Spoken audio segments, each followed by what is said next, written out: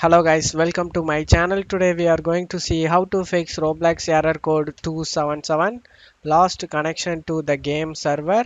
Please reconnect error. Let's fix it guys.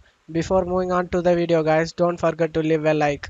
The solution consists of two steps guys.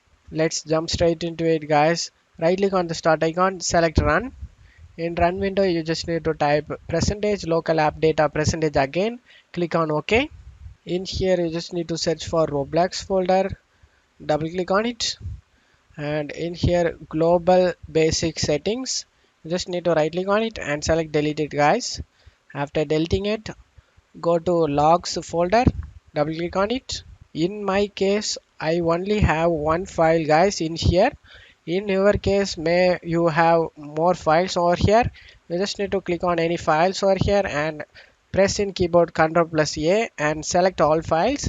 Right click on it and select delete it guys. After deleting it, close out of here. Now check your problem solved or not.